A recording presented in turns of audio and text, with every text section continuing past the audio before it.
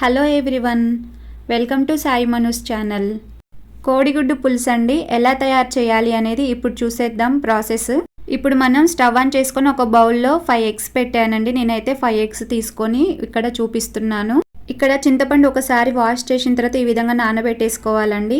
ఇలా చిన్న ఉల్లిపాయలు తీసుకోవాలండి. ఈ ఉల్లిపాయల్ని మనం ఈ విధంగా అయితే కట్ చేసేసుకోవాలి. ఇక్కడ చూస్తున్నారు కదా వీడియోలో, ఆ విధంగా అయితే కట్ చేసుకోవాలండి. అండ్ అలాగే ఇందాక మనము ఎగ్స్ ని ఉడకబెడుతున్నాం కదా, ఉడకబెట్టేటప్పుడు మనం ఏం చేయాలంటే సాల్ట్ అనేది వేసి ఉడకబెట్టుకోవాలండి.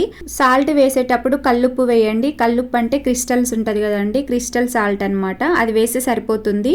మేబీ క్రిస్టల్ సాల్ట్ లేకపోతే సన్నుపైన వేసుకోండి, సరిపోతుంది.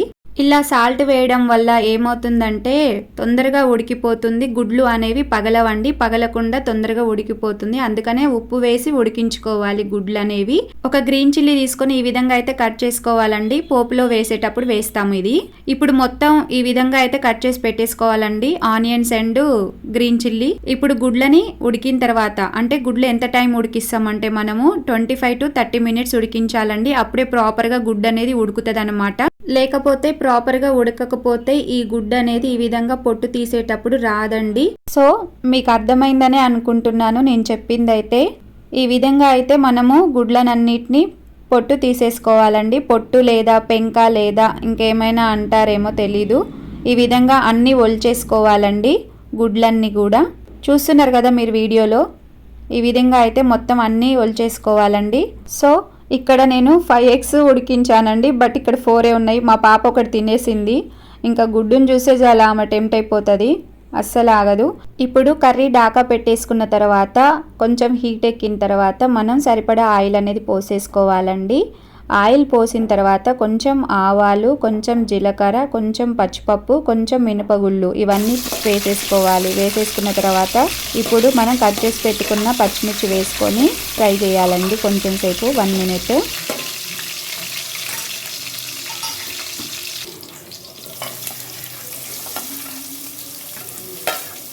ఇప్పుడు కట్ చేసిన ఆనియన్స్ కూడా వేసేసుకోవాలండి. తర్వాత కొంచెం సాల్ట్, ఉడకడానికి అన్నమాట, తొందరగా ఉడుకుతాయి. అండ్ పసుపు అండ్ అల్లం వెల్లుల్లి పేస్ట్. కొంచెం ఫ్రెష్ది అయితే బాగుంటుందండి, ఫ్రెష్ది ఉంటే వేసుకోండి. అప్పటికప్పుడు నూరి చాలా టేస్ట్ అనేది చాలా బాగుంటుంది. సో ఈ విధంగా అయితే మొత్తం వేసేసిన తర్వాత కలుపుకోవాలండి. ఈ సాల్ట్ వేయడం వల్ల ఏమవుతుందంటే తొందరగా ఆనియన్స్ అనేవి ఉడికిపోతాయి అన్నమాట.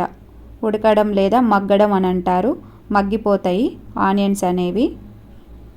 ఇప్పుడైతే ఈ విధంగా కలిపిన తర్వాత మూత పెట్టేసుకోవాలండి. ఒక 5-10 minutes ఉడికిన తర్వాత ఈ విధంగా తీసేసి మళ్ళీ కలుపుకోవాలండి. చూస్తున్నారు కదా వీడియోలో. ఇప్పుడైతే ఈ ఆనియన్స్ అన్నీ దగ్గర పడిపోయాయండి, మంచిగా ప్రాపర్గా ఫ్రై అయితే అయ్యాయి. ఈ స్టైల్ గుడ్డు కూర మీకు ఇష్టమా లేదా అనేది కామెంట్ సెక్షన్లో చెప్పండి. ఎందుకంటే మీకు ఇష్టమో లేదో అని తెలుసుకోవాలని నాకు కూడా ఉందండి. నెక్స్ట్ టైం మీకు ఎలాంటి రెసిపీస్ కావాలి అనేది కూడా కామెంట్ సెక్షన్లో చెప్పండి, నేను చేసే ప్రయత్నం అయితే చేస్తాను.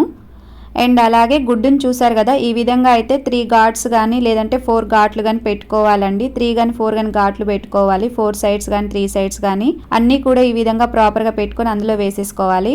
ఇలా మధ్యలో ఎందుకు కట్ చేసి ఘాట్లు పెట్టుకోవాలి అనేది చెప్పనా, ఎందుకంటే మనం పులుసు కూర చేస్తున్నాం కదా. సో మనము ఉప్పు కారం అనేది ఈ ఘాట్ల ద్వారా లోపలికి, గుడ్డు లోపలికి వెళ్ళి మంచిగా ఉడుకుతుంది, రుచి అనేది వస్తుంది అన్నమాట. అందుకని ఈ విధంగా చేసుకోవాలి. ఇప్పుడు 2 tablespoons కారం వేసుకోవాలండి, సరిపోతుంది. 2 tablespoons కారం అయితే సరిపోతుంది మనం చూపించే క్వాంటిటీకి. ఈ విధంగా కలిపేసుకోవాలండి ప్రాపర్గా. కలిపిన తర్వాత కొంచెం కారం, ఎందుకంటే పచ్చివాసన పోవడానికి ఆ విధంగా కలపాలి. ఇప్పుడు ఇందాక నానబెట్టిన చింతపండు ఉంది కదా, దాన్ని ఈ విధంగా అయితే పిసుక్కోవాలన్నమాట. మనం వీడియోలో చూసిన విధంగా పిసికిన తర్వాత ఈ విధంగా మనం అందులోకి పులుసు అనేది పోసేసుకోవాలి. చూస్తున్నారు కదా వీడియోలో. ఇప్పుడు ప్రాపర్గా కలిపేసుకోవాలండి, మొత్తం అదంతా కలిపేసుకోవాలి. ఇది పులుసు కూర టైప్ అండి, మనం చేసేది కూర టైపు, అందుకని వాటర్ పోసే ఉడికిస్తాం దీన్ని ఈ విధంగా.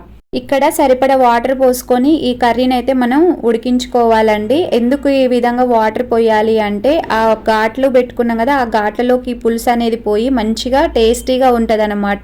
సో మనం గుడ్డు కూరని ఈ విధంగానే తినాలండి, ఇలా తింటేనే శక్తి ఉంటది, మనకి ఎనర్జీ వస్తుంది. సో మధ్యలో ఇలా చూసుకుంటూ మూత పెడుతూ తీస్తూ కలుపుకుంటూ గుడ్డు కూరని అయితే ప్రిపేర్ చేసుకోవాలండి. నోరూరుతుంది చూస్తుంటేనే. ఇప్పుడు మనం కొంచెం జీలకర్ర పొడి వేసుకోవాలండి టేస్ట్ కోసం, అలాగే కొంచెం ధనియా పౌడర్ వేసుకోవాలి. వేసుకోవాలి. కొంచెం ఘాటు తినాలి అనుకున్న వాళ్ళు గరం మసాలా కూడా వేసుకోవచ్చండి. ఇక్కడ నేను మా పాపని దృష్టిలో పెట్టుకొని నేను ఈ కర్రీ చేస్తున్నాను కాబట్టి గరం మసాలా వాడడం లేదు. ఈజీగా ఎలా ప్రిపేర్ చేసుకోవాలి అనేది చూపిస్తున్నాను నేను ఇక్కడైతే. చాలా ప్రాసెస్లు ఉంటాయి, చాలా స్టైల్స్ ఉంటాయండి. సో అవంతా కాకుండా మనం చాలా సింపుల్గా ఎలా చేసుకోవాలి అనేది మాత్రమే ఇక్కడ నేను చూపిస్తున్నాను. ఈ కర్రీని ఎక్కువగా బ్యాచిలర్స్ చేస్తే బాగుంటుందండి. బ్యాచిలర్స్కి ఈజీగా ఉండే విధంగా నేను ఇట్లా చూపిస్తున్నాను. అండ్ కొత్తగా పెళ్ళైన వాళ్ళకు కూడా అమ్మాయిలకు చాలా ఈజీగా చేయడం ఎలా అనేది ఈ విధంగా అయితే నేను చూపిస్తున్నాను. సో ఇలా ఎగ్ కర్రీ అయితే చేసుకోండి. ఈ ఎస్ఐ కానిస్టేబుల్ ప్రిపేర్ అయ్యే పిల్లలు బయట కర్రీ పాయింట్లలో ఇలానే కొనుక్కొచ్చుకుంటారండి. అలా కాకుండా మీరే ఈజీగా ఇంట్లోనే లేదా రూమ్లోనే చేసుకునే విధంగా అయితే నేను ఇలా సింపుల్గా చూపిస్తున్నాను. నేను చెప్పిన విధంగా యాజ్ టీజ్గా సేమ్ ఈ విధంగానే ఫాలో అవుతూ రెసిపీని అనేది ప్రిపేర్ చేసుకోండి. మీరు కూడా చాలా టేస్టీగా ఉంటుందండి. ఇప్పుడు చెప్తానండి టేస్ట్ ఎలా వచ్చింది అనేది కూడా. నా ఛానల్ని ఎవరైనా కొత్త వాళ్ళు చూస్తున్నట్లయితే, నా ఛానల్ని ఫస్ట్ టైం విజిట్ చేసిన వాళ్ళు ఎవరైనా ఉంటే సబ్స్క్రైబ్ చేసుకోండి. బెల్ బటన్ నొక్కితే నేను పెట్టే వీడియోస్ యొక్క నోటిఫికేషన్స్ అనేవి ముందుగా మీకే వస్తాయి. ఈ వీడియోని చూసారు కదా, చూసిన తర్వాత లైక్ చేయడం, షేర్ చేయడం మర్చిపోవద్దండి. మీ ఫ్రెండ్స్కి కూడా పంపించండి, వాళ్ళు కూడా చూస్తారు, నేర్చుకుంటారు. సో ఇదండి సంగతి అయితే. ఎందుకు వీడియోస్ లేట్గా వస్తున్నాయి, కంటిన్యూస్గా పెట్టలేకపోతున్నాను అంటే గణేష్ నిమజ్జనం ఉంది కదండి, మస్తు సౌండ్స్ వస్తున్నాయి, బాగా మ్యూజిక్ సౌండ్స్, డప్పు సౌండ్లు వస్తున్నాయండి. అందుకనే వీడియోస్ అనేవి పెట్టడానికి వీలైతే లేదు. వాయిస్ ఓవర్ ఇచ్చేటప్పుడేమో మనకు ఎటువంటి సౌండ్స్ అనేవి ఉండకూడదు కదా.